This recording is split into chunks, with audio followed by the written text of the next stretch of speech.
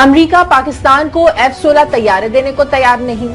Haqqani net work کے خلاف do more کا مسلسل مطالبہ کیا جا رہا ہے، جبکہ بھارت جدید ٹیکنالوجی کے حامل میزائل کے تجربات کر رہا ہے جسے پاکستان کی سلامتی کو خطرہ لاحق ہے. وزیراعظم کے مشیر برائے امور خارجہ سرتاج عزیز نے بھارت کی جانب سے سپر سونک میزائل اور سب میرین بیلسٹک ایٹمی میزائل تجربات کے معاملے کو امریکہ اور عالمی برادری کے سامنے اب اٹھانے کا اعلان کیا ہے. سرتاج عزیز کے مطابق ان تجربات سے خطے میں طاقت کا جو تعاون ہے یہ بگڑ رہا ہے اور پاکستان کی سلامتی خطرے میں پڑ رہی ہے. اس طرح پاکستان کے لیے اپنی سلامتی کو یقینی بنانے کے لیے سخت دباؤ بھی بڑھ رہا ہے. ہم بات کریں گے پروگرام میں میرے ساتھ کراچی سے ظفر ہلالی صاحب موجود ہیں اور جوائن کریں گے لیفٹیننٹ جنرل ریٹائرڈ امجد شعیب صاحب مسلم لیگ نون سے ہمیں جوائن کیا ہے.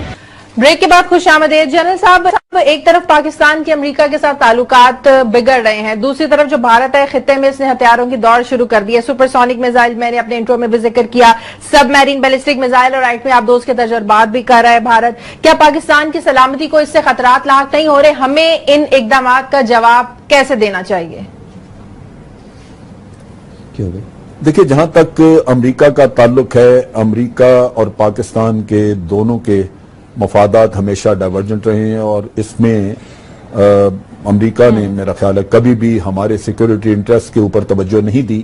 وہ صرف اپنے مفادات کو پرسو کرتا رہا اور آپ کو صرف 4 پیسوں پہ تولتا رہا ہے کہ آپ کو اتنے پیسے دے دیے، ابھی تک آپ نے ہمارا کام نہیں کیا.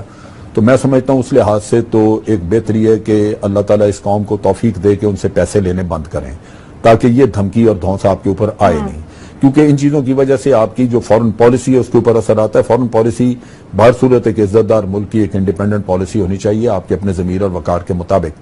اب اس میں رہ گیا مسئلہ سیکیورٹی کا، تو وہ آپ دیکھ لیجئے کہ ہندوستان کو امریکہ جس طرح ٹیکنالوجی ٹرانسفر کرنا چاہ رہا ہے اور کر بھی رہا ہے، اور جس طرح ان کو یعنی آپ کو 8 F-16 نہیں دیے اور انڈیا کو آفر کیا کہ اگر آپ کہتے ہیں تو ہم آپ کے ہاں F-16 کا پلانٹ لگا دیتے ہیں، تو اس سے تو صاف ظاہر ہے کہ آپ کے لیے آئندہ سیکیورٹی کے مسائل بڑھیں گے.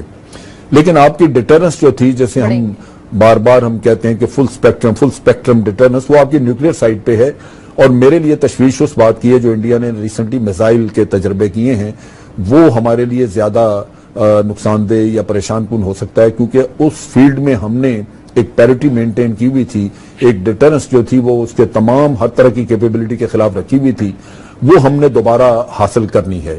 اور یہ ایک ایسا ایشو ہے جس کے اوپر یونائٹڈ نیشن کو بھی انوالو کرنا چاہیے، کیونکہ پاکستان کے اوپر پھر الزام آتا ہے کہ آپ اپنے نیوکلیئر پروگرام کو کیپ کریں، آپ اس کو بڑھا رہے ہیں.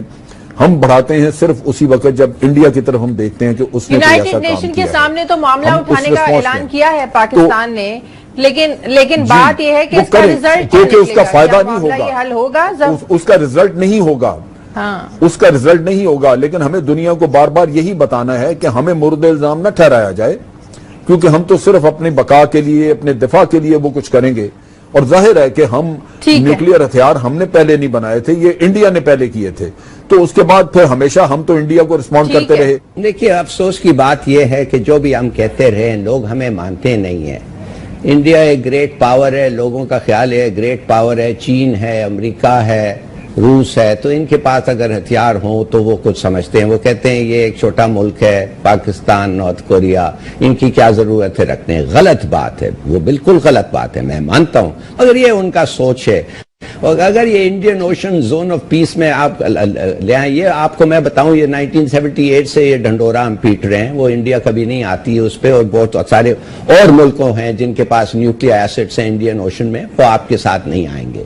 میں تو صرف یہ بات کہتا ہوں بھائی، انڈیا نے ان کے سب مرینز پہ نیوکلیئر ویپنز ڈالا ہے، اور انڈیا آپ کے خلاف اینٹی میسائل سسٹم کو اسرائیل اور امریکہ سے مل کے لے رہا ہے اور ڈپلوائے کرنے لگا ہے. تو ٹھیک ہے، تو آپ کا پھر کاؤنٹر موو ہونا چاہیے. آپ بھی اپنے سب مرینز میں نیوکلیئر ویپنز ڈسٹروائے رکھیں، اور انڈین کوسٹل واٹرز کے نزدیک ان کو پٹرول کرنے دیں، اور کوئی آپ کا چارہ ہی نہیں ہے. تو بات تو یہ ہے نا کہ امریکہ کی طرف سے ایٹمی ہتھیاروں پر پابندی پاکستان کے لیے کیوں؟ ایٹمی ہتھیاروں پر پابندی امریکہ کی طرف سے پاکستان کے لیے کیوں؟ یہ دباؤ پاکستان پر کیوں؟ یہ پریشر انڈیا پر کیوں نہیں؟ اس لیے اس لیے شازیہ بیکاز ان کا خیال ہے جو اوباما نے کہا ہے ان کے جرنلسٹ کو اتھارٹیٹیولی کہ پاکستان ایک ڈیزاسٹرسلی ڈس فنکشنل اسٹیٹ ہے، ان کے پاس یہ ہتھیار ہونا ہی نہیں چاہیے، ویئرز انڈیا ان کا اسٹریٹجک ایلائی ہے، ان کے پاس رہنا چاہیے۔ چھوڑیں امریکہ کو، بار بار آپ یہ کیوں سمجھتی ہیں کہ بس جو امریکہ کہیں اس کو ہم توجہ دیں، اس پہ ہم چلیں؟ امریکہ اور آپ بالکل مختلف ہو رہے ہیں، ایک چیز نہیں ہے جس پہ آپ کی ویژن پہ، آپ کا پرسپیکٹو پہ یونٹی ہے، ایک چیز نہیں ہے۔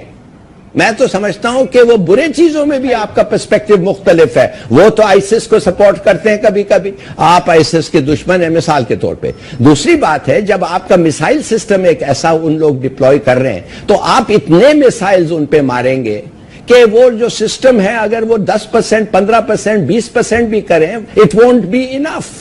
تو انڈیا کو سمجھنا چاہیے، سوچنا چاہیے۔ دیکھیے کوئی نہیں چاہتا جنگ اور کوئی نہیں سمجھتا کہ ایک نیوکلیئر وار انڈیا اور پاکستان کے بارے میں تھنکبل ہے، کچھ بھی ہو سکتا ہے اور اس وقت کے لیے ہمیں تیار ہونا چاہیے۔ ٹھیک ہے، بہت شکریہ، ختم ہو گیا۔ جنرل صاحب ظفر ہلالی صاحب آپ کا بہت شکریہ۔ ناظرین پروگرام کے لیے ہمیں فیڈ بیک دیتے رہیے۔ شازیہ ذیشان کو نائٹ ایڈیشن سے اجازت دیجیے، آپ سے ملاقات ہوگی کل۔ اللہ حافظ۔